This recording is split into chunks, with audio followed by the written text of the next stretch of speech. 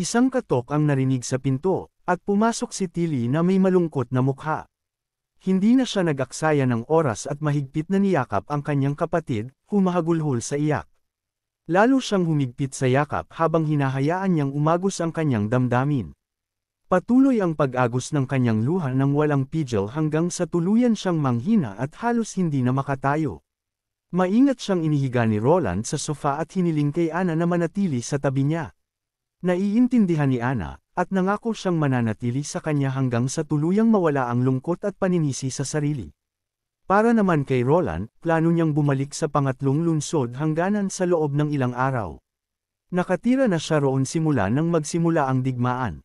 Ang ilang araw pa ay hindi naman makakasama. Bukod pa rito, ang balita ng tagumpay ng Operation Torch ay dapat na makarating na sa pangatlong hangganan sa lalong madaling panahon. Hinalikan siya ng marahan ni Ana bilang pagbati ng swerte bago siya umalis. Bago siya umalis, iginiit niyang isama niya si Nightingale. Hindi sila maaaring magpabiya na may mangyaring masama sa kanya ngayon.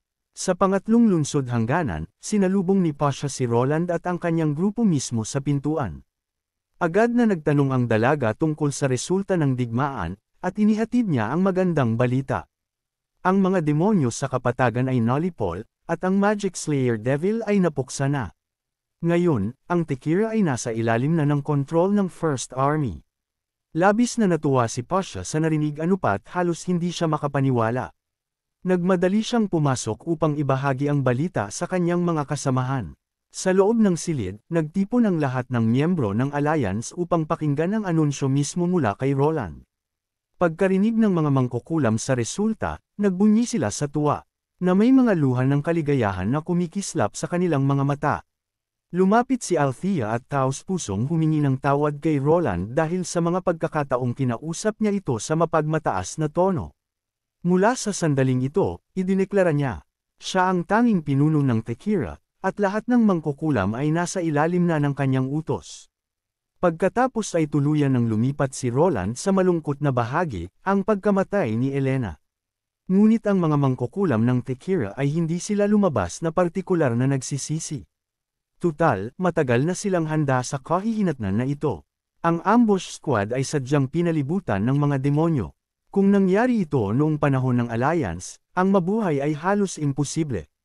Kaya sa kasong ito, ang mga nawala ay higit na mas mababa kumpara sa mga nakuha. Bagamat maaaring kakaiba ito sa isang mortal tulad ni Roland, ang kamatayan ay isang konsepto na lubos na tinatanggap sa kanila. Ang tanging bagay na talagang nagpapahirap sa kanila ay ang mamatay ng walang kabuluhan. Matagal na nilang isinuko ang kanilang mga katawan upang mabuhay lamang para sa araw na ito.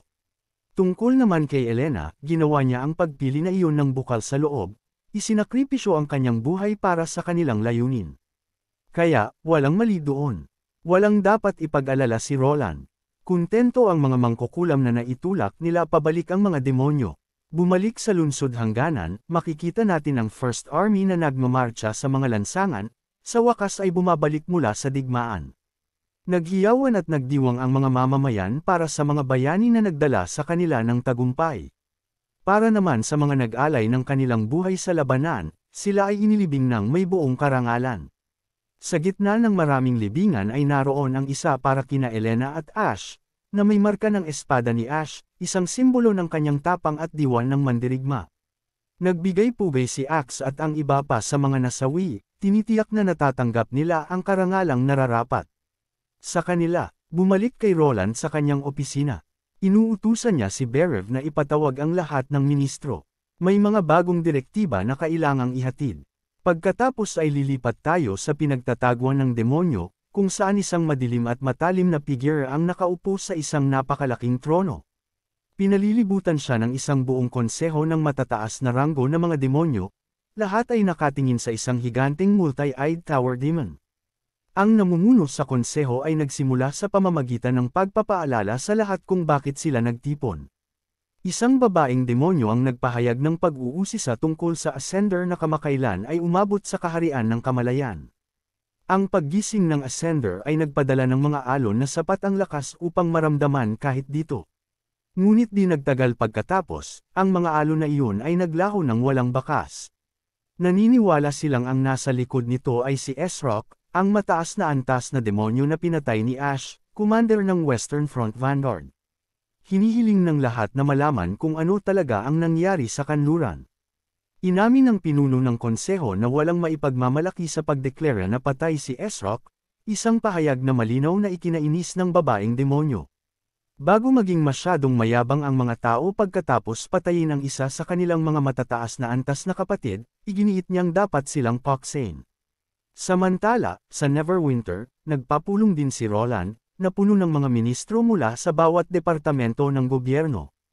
Nagsimula si Roland sa pagkilala na alam nilang lahat ang tungkol sa Operation Torch, isang kampanya na tumagal ng halos 10 buwan, at sa wakas ay natamasa na nila ang gantimpala nito. Sa tagumpay na ito, ang abot ng Neverwinter ngayon ay umaabot na sa malalim na matabang kapatagan na daan-daang kilometro ang layo, at ang banta ng demonyo ay ganap ng naalis. Mula sa sandaling ito, ang mga lupain sa kanluran ay hindi na magiging mapanganib na mga lupang tinubuan, ngunit isang malawak, matabang teritoryo na may kakayahang magbigay ng walang katapusang mapagkukunan. Ang kapatagan, na umaabot ng mas malayo kaysa sa pinagsamang lupain ng 4 na kaharian, ay magsisilbing tahanan ng Neverwinter. Pagkatapos ay lilipat si Roland sa pangunahing direksyon ng pagpapalawak para sa susunod na 100 taon. Sa kasalukuyan, ang tanging kailangan ni Roland ay mas maraming mapagkukunan, at sa pamamagitan ng mapagkukunan, ang ibig niyang sabihin ay mga tao. Ang populasyon ng Neverwinter ay patuloy na lumalaki, at ngayon ay nasa 200,000, ngunit balak niyang dagdagan ang bilis ng paglago na iyon ng malaki. Pangangasiwaan ni Berev ang buong inisyatibo ng pagpapalawak ng populasyon. Pagkatapos balangkasin ang mga layuning ito, nagpasya si Roland na pumunta sa mga pabrika kasama si Anna upang simulan ang mga pagsubok para sa prototype ng Magic Cube steam engine.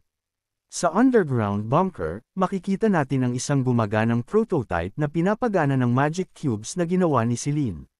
Sa isang countdown ng 3, hinailan ni Roland ang lever, at inaktibo ang makina.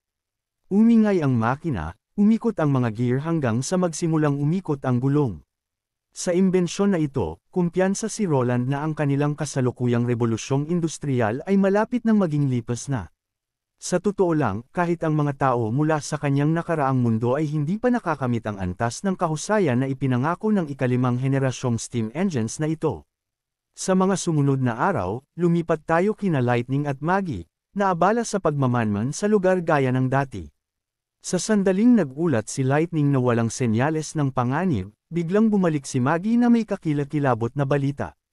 Mabilis na nagtago ang dalawa habang isang napakalaking bitek ang bumukas sa kalangitan. Mula sa bitek ay bumaba ang parehong demonyo na namumuno sa naunang konseho. Gumagawa siya ng ilang kakaibang ritual, isang hindi nila maintindihan. Nagpasya si Lightning na umatras at magulat sa Tekira Witches. Malinaw na ngayon na ang mga bundok na ito ay hindi ang paraiso na hindi nagalaw na inakala nila. Pagkatapos ay babalik tayo kay Roland, na nagpupulong muli, ngunit sa pagkakataong ito kasama sina Agatha at ang iba pa. May mga ulat na dumating tungkol sa pulang hamog na lumilitaw sa hilagang mga tuktok ng bundok, kung saan matatagpuan ang Divine Stone Mines. Inamin ni Agatha na kasalanan ng Tekira na hindi nila nasira ang Stone Mines. Ngunit tinitiyak ni Roland sa kanya na ang pagtaas ng matataas na ranggo ng mga demonyo at ang kanilang patuloy na ebolusyon sa nakalipas na 4 na siglo ay nagpapahirap sa kanila na labanan. Kaya wala siyang dapat sisihin. Pagkatapos ay ipinaliwanag ni Agatha ang tindi ng sitwasyon. Batay sa pinagsama-samang pananaliksik ng Alliance at sa lokasyon ng minahan, ang pulang hamog na ginawa ng mga obelisk towers na iyon ay madaling makasakop ng malawak na radius sa paligid ng mga bundok. Ang minahan na iyon ay puno ng divine stones na naghihintay na anihin, isang kalamangan na maaaring samantalahin ng mga demonyo. Sa pagsasaalang-alang nito, itinuro ni Roland na mayroon silang napakaliit na oras upang maghanda ng panlaban. Pagkatapos ay bumaling siya kay Edith at nagtanong para sa opinyon ng General Staff. Kaya, ang General Staff ay talagang nakarating sa isang conclusion. Ang tagaytay ng kontinente ay isang magandang tagwan, ngunit ang mga demonyo ay hindi makapagtaguyod ng epektibong pag-atake mula roon. Nagbibigay ito sa Neverwinter ng ilang kinakailangang oras upang maghanda para sa counter-offensive. Naniniwala ang General Staff na kung lilito ang mga demonyo sa kaharian ng Neverwinter, kung gayon ang Grey Castle ay hindi na maaaring magsilbing linya ng depensa. Inutusan ni Roland na ipagawa sa General Staff ang isang panukala batay sa pag-aakala na ang pinakamalayong maaaring kumalat ang pulang hamog ay ang Cage Mines. Ang ikatlong labanan ng Divine Will ang magpapasya sa kapalaran ng sangkatauhan, at sa wakas ay nasa kanilang mga leeg na. Ang tagumpay sa Tekira War ay nagpatunay na ang Neverwinter ay may potensyal na manalo, sa kabila ng kaawa-awang pagkatalo na dinanas ng sangkatauhan 400 taon na ang nakalipas. Para sa ngayon, gusto niya na ibigay ng lahat ang kanilang lubos na makakaya at manalo sa digmaang ito sa anumang paraan. Pagkatapos ng pulong, bumaling si Roland sa kanyang kapatid, na nagbabalak na makipag-usap ng kaunti. Ang sasabihin niya ay maaaring hindi ka panipaniwala, ngunit gusto pa rin niyang malaman niya na si Ash ay maaaring buhay pa. Natural, nalito si Tilly sa narinig. Gaya ng pagkalito ni Roland nang una niyang marinig ang walang katuturang pag-angkin na ito. Ayaw niyang sabihin sa kanya hanggat hindi niya nakumpirma ito mismo, ngunit ayaw din niyang magsisi sa huli. Hula ni Tilly na ang kalagayan ni Ash ay maaaring konektado sa Dream World sa ilang paraan. Hindi lubos na sigurado si Roland, ngunit ipapaliwanag niya ang lahat sa sandaling malaman niya ang katotohanan. Pagkatapos ay lilipat tayo kay Roland na naglalakad sa isang lugar sa loob ng Dream World. Habang tumatapak siya sa teritoryo ng kaaway, ang mga spotlight ay nakatuon sa kanya, at ang kapaligiran ay sumabog sa ingay at palakpakan. Ang nagpapasaya kay Roland ay isang lalaking may mahabang puting buhok. Hinimok niya si Roland na maging relax, na tinitiyak sa kanya na ligtas siya. Pagkatapos ay sinabi niya sa kanya na walang sinuman dito ang nagbabalak na kunin ang kanyang buhay. Inaangkin ng kakaibang freak show na ito na bagong dating lang sa mundong ito at nangangailangan ng tulong ni Munting Roland. Ipinakilala niya ang sarili bilang Alpha, isang mensahero ng mga Diyos, ang parehong mga Diyos na tinatawag ng mga tao ng mundong ito na Erosion. Inakusahan ni Roland ang payaso na ito ng pagsalakay sa Prism City. Ngunit iginiit ni Alpha na ang pagtawag sa kanya na mananakop ay hindi lubos na tama, dahil narito lamang siya upang ihatid ang mensahe ng mga Diyos. Bago bumalik, gusto niyang malaman ni Roland na ang tinatawag na mga martial artists na ito ay nakatakdang mabaigo. Sa halip na sumuko sa isang kakilakilabot na kapalaran, iminumungkahi niya na ang lahat ng martial artists ay minampa ng katapatan sa mga Diyos. Sigurado siyang maraming tanong si Roland ngunit nangangako siyang sasagutin ang kanyang kuryosidad sa bandang huli. Inalok pa niya ang ating bida ng kapangyarihan kung tatanggapin niya ang panukala, na sinasabing maaari niyang iturok ang kapangyarihang iyon ng direkta sa katawan ni Roland upang palakasin siya. Tinanong naman ni Roland kung ano ang magiging kapalit kung siya ay tatanggi. Sa kasong iyon, nagbabala si Alpha na ang bawat martial artist ay magiging halimaw. Ang mga nilalang na ito ay maaaring bahagyang mas mahina ngunit talagang masunurin. Nasa kay Roland na ngayon ang pagpili, tumanggap at magkamit ng napakalaking kapangyarihan at isang pagkakataong malaman ang katotohanan ng mundo, o tumanggi at maging isang puppet na walang kamalayan. Bigla, nakatanggap si Roland ng mensaheng telepatiya mula sa kanyang mga mangkukulam na handa na sila. Buong pagtitiwalang, naglaro si Roland ng reverse Uno card. Dahil siya ang tagalikha ng mundong ito, nararamdaman niyang may karapatan siyang pasunurin ang lahat dito. Kaya binigyan niya ang bastardong ito ng dalawang pagpipilian sa halip. Ang una, kusang loob na ibigay ang lahat ng kanyang core. Ang pangalawa, mamatay at kunin ng puwersa ang kanyang core. Nagmayabang si Alpha, iniisip na walang karapatan si Roland na makipagnegosasyon dahil mag-isa lang siya. Iyon ang iniisip ng bastardo, hanggang sa lumitaw ang mga dalaga, nakasuot ng cloak tulad ng mga assassin. Habang abala ang mga katuwang ni Alpha sa pagpuri sa lakas ng kanilang pinuno, sinimulan ng mga mangkukulam na patumbahin sila isa-isa. Walang pag-aatubili, nagpakawala sila ng purong kaguluhan. Pagkaraan ng ilang araw, bumalik tayo sa totoong mundo, kung saan isang kabalyero na naghahatid ng apurahang balita. Bumalik si Thunder mula sa Maelstrom Sea na may malaking problema na nangangailangan ng atensyon. Pagkaraan ng ilang sandali, nakipagpulong si Thunder sa kanyang kamahalan. Bago simulan ng talakayan, inalok siya ni Roland ng isang baso ng pinalamig at turbulent na inumin, dahil ang makita ang pinakadakilang adventurer na nabuhay na ganoon kaseryoso ay tila hindi tama. Ngunit binigyang diin ni Thunder na mabilis na lumala ang sitwasyon, sa madalas na pagtatagpo, na kinasasangkutan ng mga sigul. Hindi lang iyon, mayroon pang mas nakakatakot na mga halimaw na nagtatago sa ilalim ng mga alon.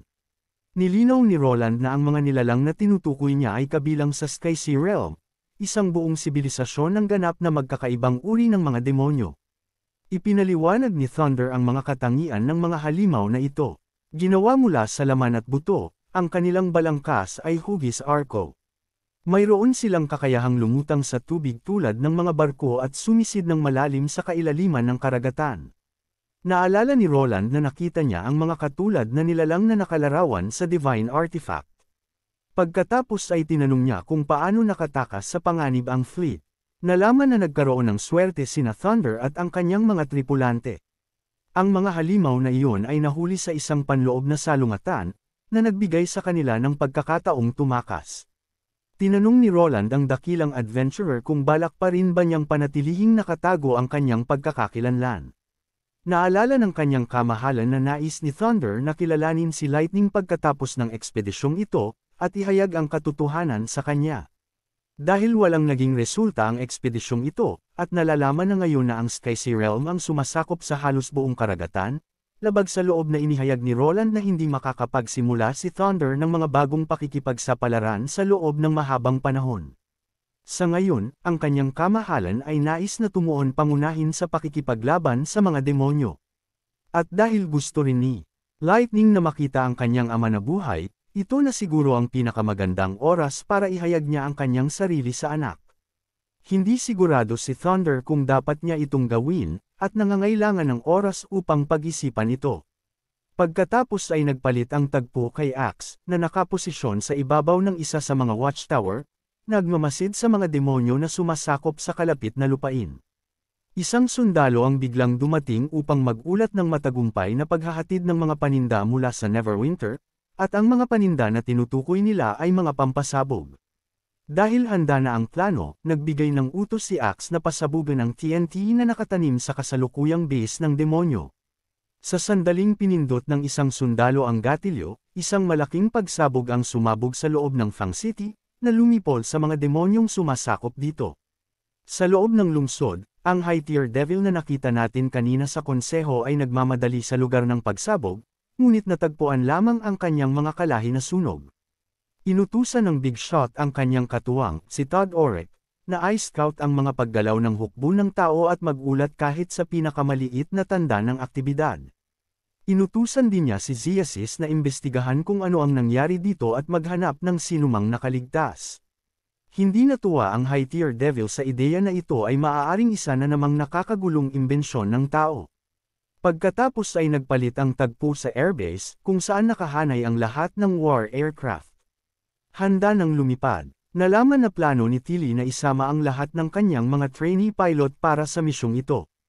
Ang tanging kulang sa mga kadet na ito ay ang kaalamang teoretikal, at walang saysay ang mag-aksaya ng isang buwan sa pagtuturo nito ngayon. Maaari niya silang turuan ng mga teorya anumang oras pagkatapos ng misyong ito. Dahil doon, sumakay siya sa kanyang eroplano, at habang lumilipad siya, sinundan siya ng mga kadet, pumapailang lang sa himpapawid sa perpektong pag-synchronize. Kasama ang mga piloto, marami ring iba na ang puso ay ganap na nakatuon sa Northern War. Bagamat nagmula sila sa iba't ibang kaharian at rehiyon, kumikilos sila ng nagkakaisa para sa isang karaniwang layunin. Ang nagkakaisang paggalaw na ito ay maaaring ganap na magbago ng takbo sa labanan ng banal na kalooban, dahil ang sangkatauhan ay hindi pa kailanman nagkaisa sa alinman sa nakaraang dalawang banal na digmaan. Bumalik tayo sa high-tier devil, na nagsasagawa ng kanyang madilim na ritual at nagpapatawag ng isang malaking portal. Mula rito ay lumabas ang isang demonyo na napakalakas na para bang siya ay isang Super Saiyan Level 2, narito upang ipahayag na handa na ang hukbo. Nilinaw ng Big Shot ang kanilang layunin. Patayin ang lahat sa islang ito, at sakupin ang lupain. Umuungal ang pulang demonyo sa dominasyon, at hindi mabilang na mga sundalong demonyo ang bumubuhos mula sa portal, nagmamarcha patungo sa isla.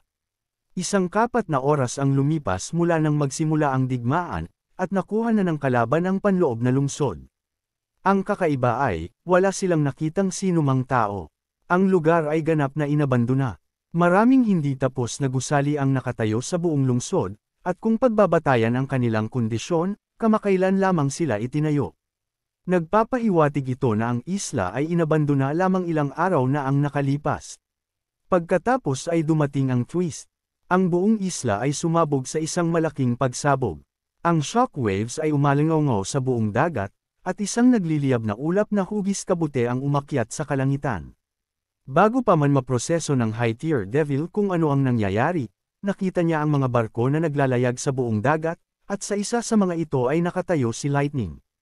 Ang bastardo ay lumika ng isang portal malapit sa mga barko upang mas makita ang kalaban. Nang makita ang kalapit na portal, sumugod si Lightning at sinuwag ang bastardo sa bilis ng kidlat pagkatapos dumaan mismo sa portal na nilikha niya.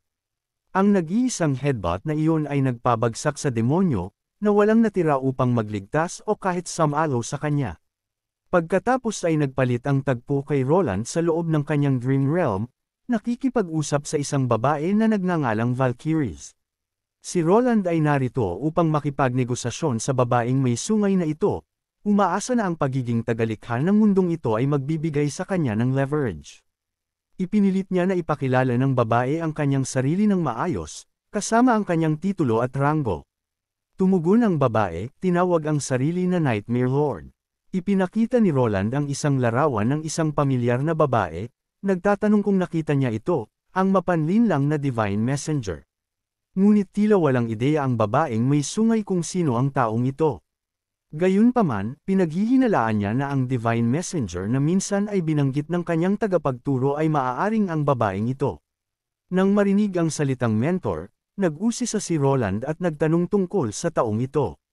Pinangalanan ng babae ang kanyang tagapagturo bilang Thousand Form Sis Arles. Sa sandaling binanggit niya ang pangalang iyon, may nag-click sa isip ni Roland.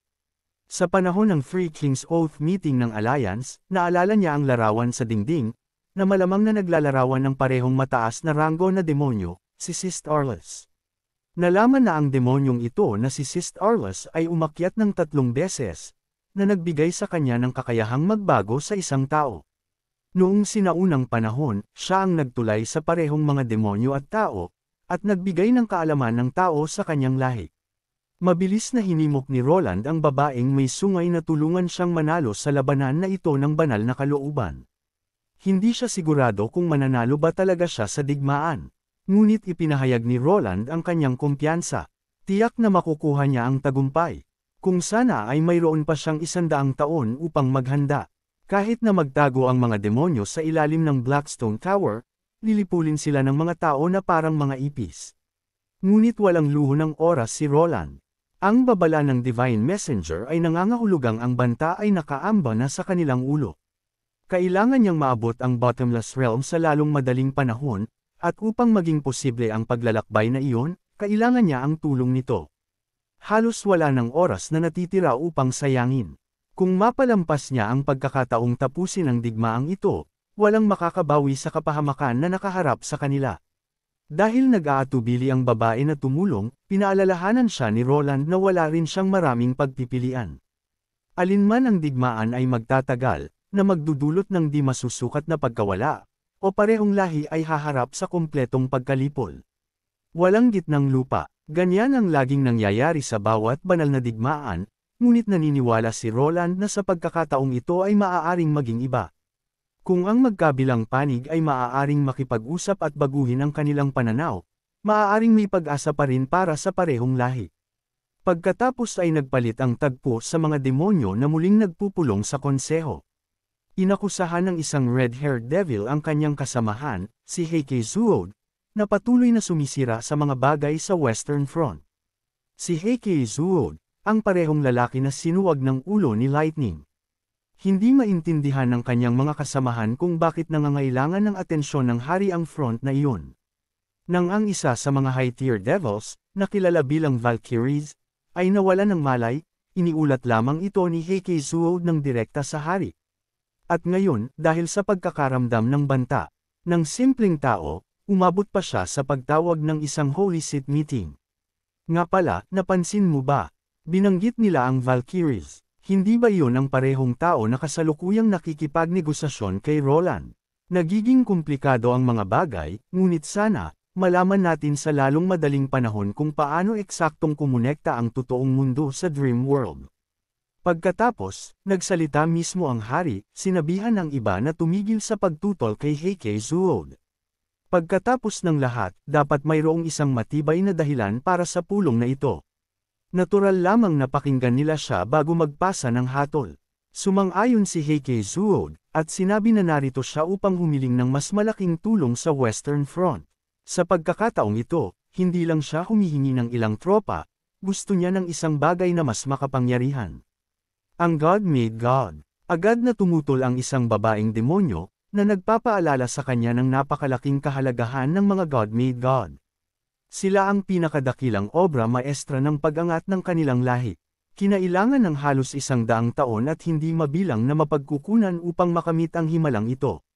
Kumakatawan sila sa isang malaking hakbang pasulong sa pagkakadalubhasa ng mga demonyo sa Mahika, ang tanging sandata na kayang sirain ang Sky Sea Realm. Kaya naman, walang saysay ang pagsasayang ng ganoong kaalagang mapagkukunan sa isang bagay na kasing liit ng mga tao. Dahil hindi mabubuhay ang mga demonyo kung walang pulang hamog, ang God made God ang kanilang tanging pambato laban sa Sky Sea Realm. Ang pagpapadala nito sa Eastern Front ay mas mataas ang prioridad, maaari itong magligtas ng 10-10 milyong buhay, isang bagay na hindi nila maaaring ipagsapalaran na mawala. Pagkatapos, sumingit ang isa pang babaeng demonyo, nagtataka kung bakit bigla silang nakakaramdam ng pangangailangang magpakawala ng lahat ng lakas laban sa mga tao, gayong wala silang iba kundi mga peste. Hindi natuwa si Heikizo na ibunyag ang patuloy na mga pagkabigo na kanilang naranasan sa Western Front. Bagaman sakop pa rin ng mga demonyo ang mga teritoryo ng dalawang malalaking kaharian ng tao, wala na silang sapat na lakas para lumawak pa. Ang pagka-stalemate na ito ay nangangahulugang magiging napakahirap para sa mga demonyo na makuha ang piraso ng pamana anumang oras sa lalong madaling panahon, na sa asensya ay hindi naiiba sa pagkabigo. Isa sa mga babaeng demonyo ang naiinis matapos mapagtanto na ang mga reinforcement na umaabot sa 6 na digit ay naipadala na sa Western Front, ngunit wala pa ring kasiya siyang resulta. Sa isang sandali, naghinala sila na baka sinusubukan ni Heikizo na dayin ang lahat. Tutal, dati niyang inaangkin na hindi magiging mahirap ang pananakop sa Western Front, at maayos ang lahat. Hindi pa kasama rito na ang buong rehiyon ay nababalutan na ng pulang hamog, kaya ang pag-angkin dito ay dapat na naging madali. Sa kanyang pagtatanggol, binanggit ni Heikizo ang mga babala ni Esrok bago ito mamatay, bagaman inamin niyang hindi niya ito sineryoso noon. Nauunawaan niya ang pagkadismaya ng lahat at tumatangging magbigay ng dahilan, ngunit hinihimok niya silang makita ang katotohanan para sa kanilang sarili. Ipinukos ng demonyong maraming mata ang kanyang tingin sa Western Front, at ang nasaksihan niya lang ay mga fighter plane, RPG, baril, at bawat uri ng advanced na makinarya sa digmaan na binuo ni Roland sa ngayon. Tumangging maniwala ang isa sa mga babaeng demonyo sa pangyayari, ngunit iginigiit ni Heikizo na ito ang katotohanan. Ang lakas ng tao ay hindi na masusukat sa maliit na bilang ng mga witch na taglay nila. Maging ang mga hindi gumagamit ng mahika ay naging banta na. Gamit ang gayong mga sandata, ang mga hindi gumagamit ng mahika na ito ay hindi na ang mahihinang primitibong hayop na dating sila. Nagdudulot na sila ngayon ng panganib na katumbas ng mga ascendant na may mataas na ranggo. Muli, nag-aalab sa galit ang mga demonyo, ngunit ipinaalala ni Heikizo sa kanila na ang pagsisi sa kanya ay hindi solusyon. Ang pagkabigo ng Western Front ay isang tapos na usapan na, isang hindi may iwasang katotohanan. Kung hindi sila kikilos sa lalong madaling panahon, sa loob ng 10 taon, ang mga tao ay magiging kasing hindi matatalo na ng Sky Sea Realm. Ang magiging huling kalalabasan ay ang ganap na paglipol sa lahi ng demonyo, na nasa sulok mula sa magkabilang harap at likod. Hindi niya maintindihan kung bakit ang God made God ay nagkakahalaga ng ganoong kalaking pagkalugi. Gayunpaman, tumanggi pa rin ang isa sa mga arroganting demonyo na maniwala sa kanya. Upang suportahan ang kanyang mga salita, sinabi ni Heikizo na mayroon siyang taong makapagpapatunay para sa kanya. At sa pagkakataong ito, hindi niya tinutukoy si Ezrek. Ang tinutukoy niya ay ang Nightmare Lord, si Valkyries. Hindi niya alam kung anong mga pahiwatig ang natuklasan ni Valkyrie sa kaharian ng kamalayan na nagdulot sa kanya upang iwanan ang front lines at sumisid pabalik sa mundong iyon, ngunit nagpahiwatig siya ng kapahamakan na naghihintay sa kanilang lahi. Ayon sa kanya, ang mga tao ay maaaring nagmana ng ilang uri ng sinaunang pamana. Muli, binaliwala ito ng chamber bilang walang kabuluhan, kulang sa anumang may substansyang ebidensya. Base sa pagkakaintindi ko, malamang na tinutukoy nila ang Dream World ni Roland bilang kaharian ng kamalayan, ang parehong lugar kung saan nakilala niya ang demonyong si Valkyrie. Gayunpaman, gusto ni Heikizu na maunawaan nila na ang mga tao ay sa paanuman ay favored ng tadhana, at ang patunay ay nasa harapan nila. Nanatili ang council na tumatangging ipadala ang God-made God laban sa mga insekto lamang tulad ng mga tao. Doon, pinatahimik ng isa sa mga babaeng demonyong may malalaking dibdib ang silid at inihayag ang kanyang huling plano. Ang kanilang proyekto ng Silent Calamity ay magpapatuloy ayon sa plano. Magpapadala sila ng reinforcement sa Western Front, at kapag kumpleto na ang God-made God, kukunin nila ang piraso ng pamana mula sa sangkatauhan. Higit pa rito, iniutos niya na paliitin patimog ang Eastern Front, kahit na nangangahulugan ito ng pag-abandona sa ilang lungsod upang mabawasan ang mga hindi kinakailangang pagkalugi ng mga ordinaryong demonyo. Orihinal, ang kanilang dakilang estratehiya para sa ikatlong labanan ng Divine Will ay upang atakehin ang Stacy Realm sa silangan, habang sabay na lalamunin ang sangkatauhan sa kanluran. Ngunit ngayon, ang paglihis ng mundo mula sa kanluran, ang paglipat ng God-made God sa Western Front ay lubos na nagpataas sa inaasahang mga casualty sa silangan. At para sa mga pagkaluging iyon na utang ni Heikizu, ang Panginoon ng Skydome ang ganap na mananagot. Bagaman siya ay isang mahalagang asset, hindi ibig sabihin na maaaring baliwalain ang kanyang paulit-ulit na mga pagkabigo. Ito na ang kanyang huling pagkakataon upang patunayan ang sarili, kung hindi, ang kanyang kapahamakan ay magiging permanente. Pagkatapos ay lumipat ang tagpo sa isang hanay ng bundok na ganap na nababalutan ng makapal na pulang ulap. Upang makakuha ng mas malinaw na pagtingin sa lugar, ang ating lumilipad na duo ay nagmadaling lumusot sa ulap at sa wakas ay natagpuan ang base ng demonyo. Ito ay isang islang literal na lumulutang sa himpapawid. Sa lalong madaling panahon, nakatanggap si Roland ng ulat tungkol sa likhang ito ng mga demonyo, ang tinatawag na God-made God. Inaangkin ni Roland na alam na niya ang lahat tungkol dito. Tutal, mayroon siyang sariling espesyal na pinagmumulan ng impormasyon.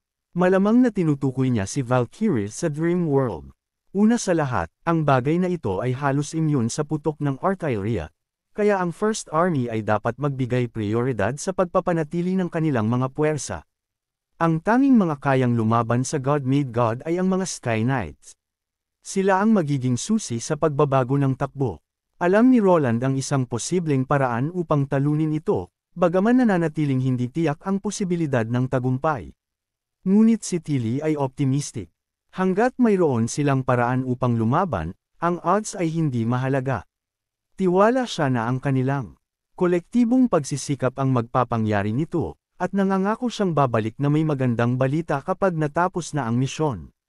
Iminungkahi din ni Roland na isama niya si Edith at iniabot sa kanya ang isang piraso ng papel. Ang papel na iyon ay lumabas na isang formal na deklarasyon ng digmaan laban sa mga demonyo.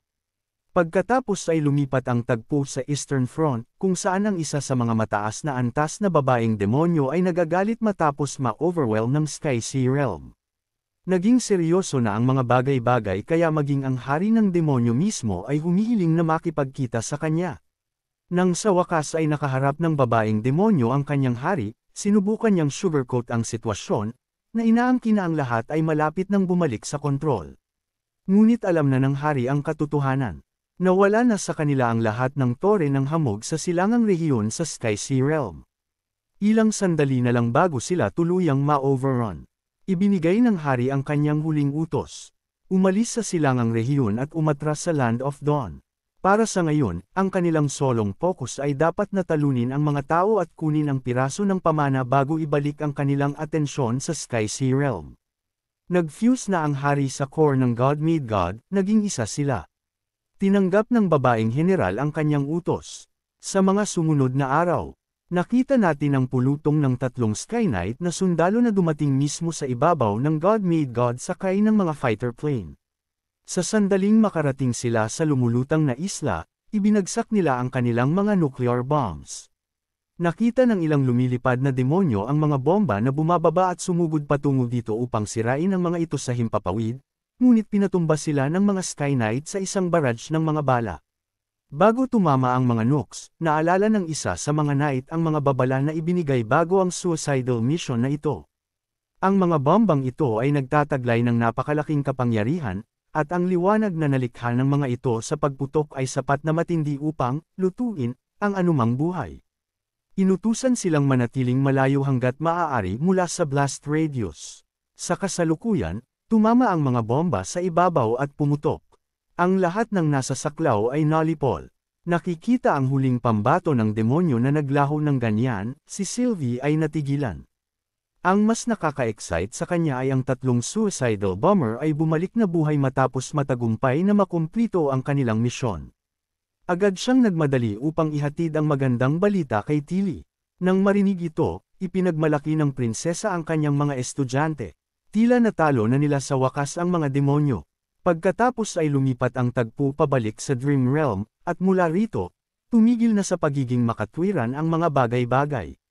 Nakita natin si Lady Fei Yuhan na nagtatrabaho kasama si Roland upang lalo pang paunlarin ang Dream World, na ngayon ay konektado sa Cradle.